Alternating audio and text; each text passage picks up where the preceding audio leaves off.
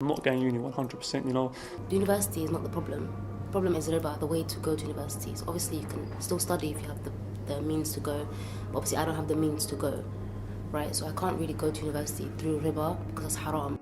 And I just thought, you know what, I'm just going to leave it to Allah, innit? Yeah, I'm going to do the right thing, yeah. I'm going to say, you know, I'm not going to take this long. I'm going to leave the rest to Allah, innit? And it was hard, bro. I'm looking like there were times where, you know, I'm sitting in my room, I'm just sitting there and I'm just thinking, like, bro, what am I doing, innit? Like, please, Allah just show me a sign, and no signs were coming in. It was peak. You know, I'm trying to pray my Qiyam al-Layl and everything, and I'm trying, and it's hard. Wallahi, it's hard, man. Especially when your parents, like people you love the most, and that. But literally, how long ago did you cancel your uni application? not even half an hour ago, like 25 minutes ago. I just deleted it. So brother, give me your laptop. I just deleted it. I was like, if that's out of the way, then what can you do then? You can't reapply. Then I keep reminding myself the same thing. Like, you know, some people, they like hear maybe an ayah or hadith, sticks out to them and they stick to it, kind of thing. I think to myself, yeah, if I do what I'm meant to do according to Deen, and I worship Allah justly, and I give Allah his rights, Allah will take care of me. I don't need anybody else. SubhanAllah. I just need Allah. So Allah subhanahu wa ta'ala has provided, knows your provision, like He wrote it when you were in the womb of your mother. So why am I going to go against that? Why am I going to say, let me be in a haram environment, let me work in a haram environment to secure myself to be financially stable after 3 years? Like, who promised me that I will live after those 3 years? You're saying, I'm going to take this riba, which is haram, in order to secure my future so I can be financially okay and I won't be like stressful. So Allah, I don't need you and your blessings. I'm just going to take this riba and I'll take care of myself, basically is what you're saying. You're basically saying I don't need you, Allah, I'm taking care of myself. So obviously my mum, being a mum, she obviously understood it.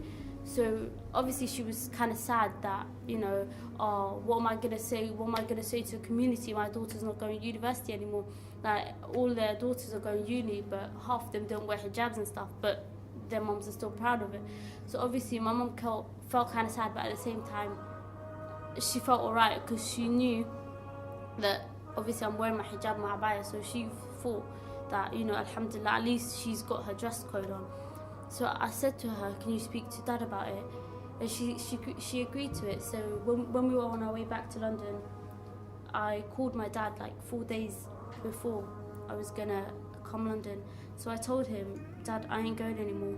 And obviously he kind of exploded, and obviously he started shouting and stuff. But I told him 4 days before so he can kind of cool down when I get back to London. Just think about it for 5 seconds, yeah. Just sit down by yourself and think about it.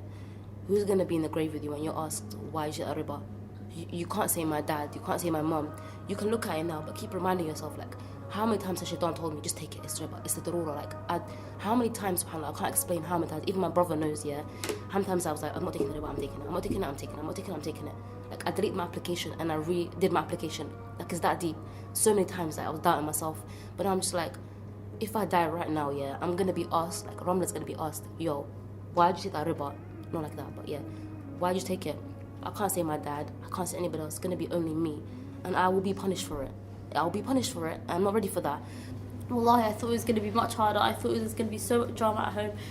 But alhamdulillah, nothing happened. You know, obviously Allah subhanahu wa ta'ala changed their hearts. So when you came back, he just accepted it? Yeah, he accepted it because obviously he can't do anything. I've deleted my application, he can't do anything about it. So obviously he asked me, what do you want to do in life? Like, are you just going to stay home? What's your future going to be like? So obviously I told him I'm going to work inshallah, and, you know, my rizq is going to be provided, you know. Why would you risk your parents' like anger over Allah's anger? Allah subhanahu wa ta'ala, the one who created you, the one who lets you like sleep, He lets your heart beat, everything that you have, Allah subhanahu wa ta'ala gave you. Allah gave you your parents. So how are you gonna like listen to someone who Allah gave you over Allah subhanahu wa ta'ala himself? Like, doesn't make sense. If you want, at the end of the day, you can go to university. No one's stopping you. Like, no one's stopping me now, I can go. But obviously Allah in it, be mindful of Allah, be mindful of Bambi, who'll be mindful of you. So like, the only thing I'm gonna say is, you're gonna die, we're all gonna die. Like, prepare yourself.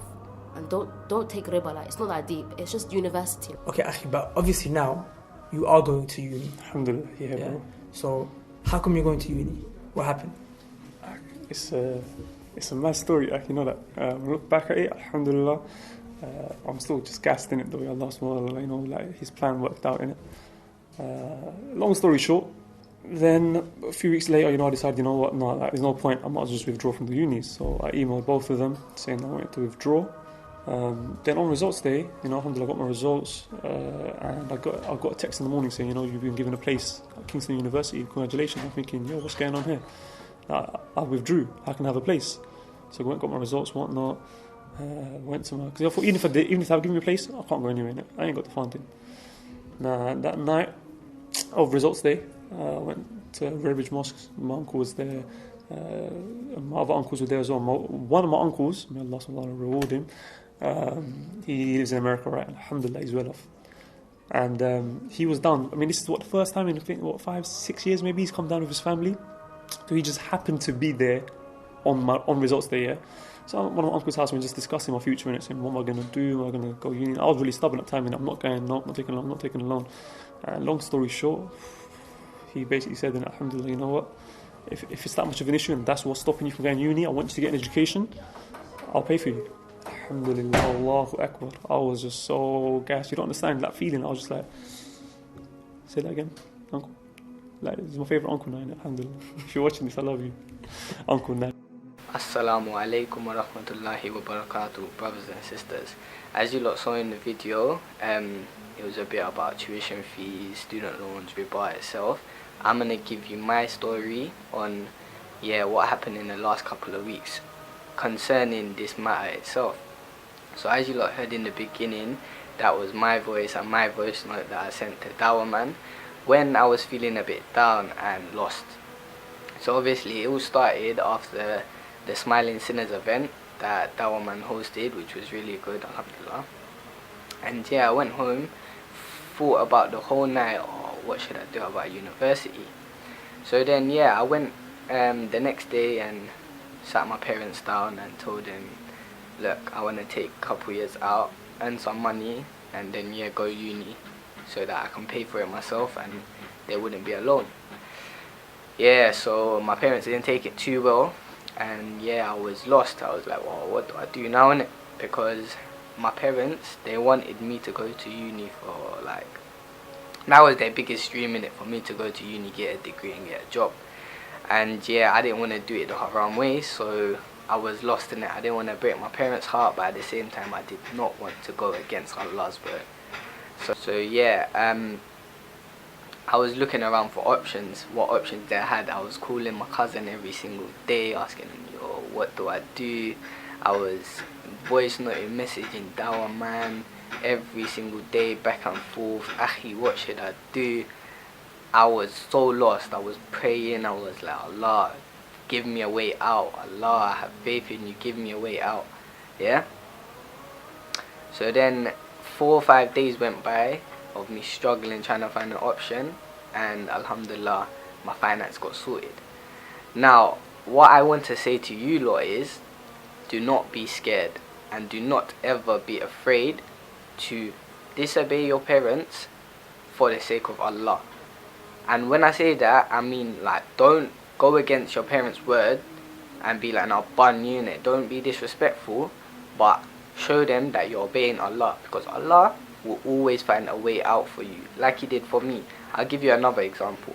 The maintenance loan that you lot can get at uni, I didn't want to take that. I said it straight to my parents, I'm not taking it.